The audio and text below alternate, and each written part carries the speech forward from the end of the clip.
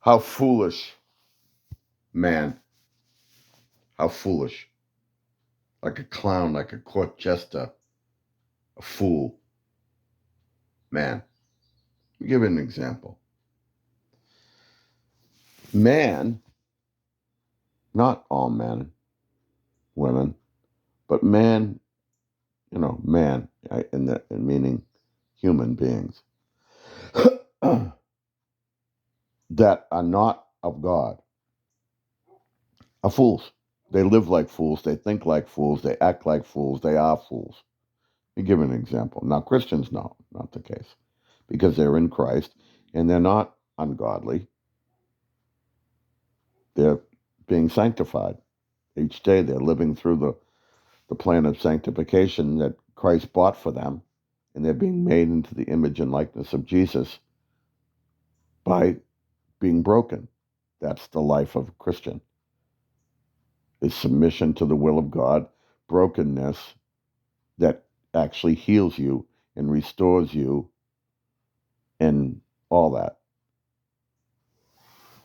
We grow through brokenness. God breaks us. He breaks the sin out of us like a bronco because we submit to it.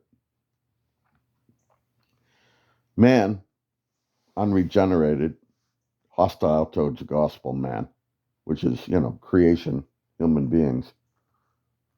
They've been made in the image of God, but they don't care about that. They don't respect that. They don't believe that. They don't believe in God, some of them, many of them. And so they just live like animals, like any way they want, like whatever they think that they're doing is like fine. Let me give you an example about man. Man doesn't even take into consideration about love. They just, I don't know if they know about love. They don't think about love. They don't believe in love. They just, again, idiots, drooling village morons. And so when they get together with family, people that have the same blood running through them, they party it up and they call that a relationship. Partying, laughter, slapping each other on the back. I saw a film today that started this whole thing coming to me, and I'm negative because it's a negative situation. Not always negative, but it's illustrative here. It's helpful to be negative because it's bringing out the truth. If you have to be negative, you have to be negative. And I'm being negative right now. These family members don't love me. They don't really love each other. Because watch this. Because there's no love there. They think it's love because, they think whatever they do is loving. No. Love is love. Love, if you want to see what love is, looks like, and what love is, the definition of love, look in 1 Corinthians chapter 13, I believe it is. The famous passage on love. Love is this, love is that. One of the things love does is love is sincere. It always hopes, and it never does harm. Now, these people, I get the picture come up, the video came up from many years ago. These cell phones will show you a memory and a video, play a video, or show you a photograph of something that happened years ago. I haven't talked to these family members in a while because they're ungodly. They alienated me. They hurt me. They rejected me. And so I gave them what they wanted. They don't want me around. So I'm gone. So on this occasion, my nephew was getting married, and his older brother, had put together an outfit for him to wear. It was something, kind of like mocking marriage, but it was funny. There's nothing wrong with it, a little fun. And they made him dress up in it. It was like a girly outfit. I can't remember what the whole point, just joke of it was. But it was along the lines of you're getting married now, so you're giving up all your autonomy and you're going to have to be, whipped and, basically told what to do. So they dressed him up as a girl or something. And I don't remember, but it was pretty funny. See, there's more to a relationship and love and a commitment to love than just good times and slapping on the back. That was a good time. But then you contrast it with what happened later and what was probably going on all along, even back then, was, yeah, they know how to slap each other on the back. They know how to have a good time with each other. They're practiced at it. They know each other. They have the same senses of humor. But is that love? Is that what's needed? Is that what's required by God? Is that what's needed to get through this world and to make you feel good and to help each other? No. Life isn't just all about partying, where you're going to go on vacation and having parties, and the ability to know somebody's sense of humor and make them laugh. Here's what it's about.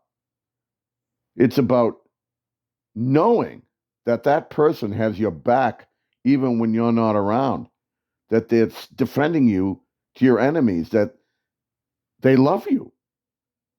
Love. Not partying and good times. The world does that with each other all the time. I'm looking at this thing and I'm watching us all having a good time. I videotaped it. And everybody's having a good time. Does that mean that there's love and there's a healthy relationship there? No. It means that everybody's having a good time and they know each other. What a bunch of clowns. Because, why do I call them clowns? Because they mistreat each other. One doesn't like what the other one does, so they're going to get easily offended about it and go out and fight about it and tear each other apart. Try to turn the other one against that person. That's despicable. That's evil. That's certainly not love. So I saw this clip and I was sick to my stomach. These people that we were all having a laugh that day, I didn't have that much of a laugh over it. I don't like condescending marriage. Marriage is a beautiful thing. I don't like people making fun out of it and debasing it. But I understood the humor of it, and I went along with it. I was graceful. I laughed. It was kind of funny, the way they were portraying, the way they were dressing them up. But I didn't find it funny. I wouldn't have done it. Debasing marriage is not something I find appropriate or funny or anything. But they were funny as they were dressing each other up and stuff. But again, I'm just telling you the truth. I didn't like it then, and I still don't like it. But, I'm not like devoid of humor. But the reason it makes me sick just now is these people have rejected me because I told them to love one another and insisted on it as the patriarch of this family. And I'm not putting up with it. It's ungodly, and I'm the patriarch, and I'm not putting up with it. Ungodliness, and I threw them out of the family for it. Not right away. Only as a last resort because God suggested that's what needs to be done. And I agreed. Maybe that'll get through them. It doesn't seem to have helped at all. These people are like devils. They're gonna go right to hell, and they're gonna do it, it seems, with great zeal. They don't give a rat's ass about me. They don't care about each other. They don't care about God. They don't care about love. They're good to have a good time with, though. They'll have their parties. Oh, they'll find ways to party with each other. Class dismissed.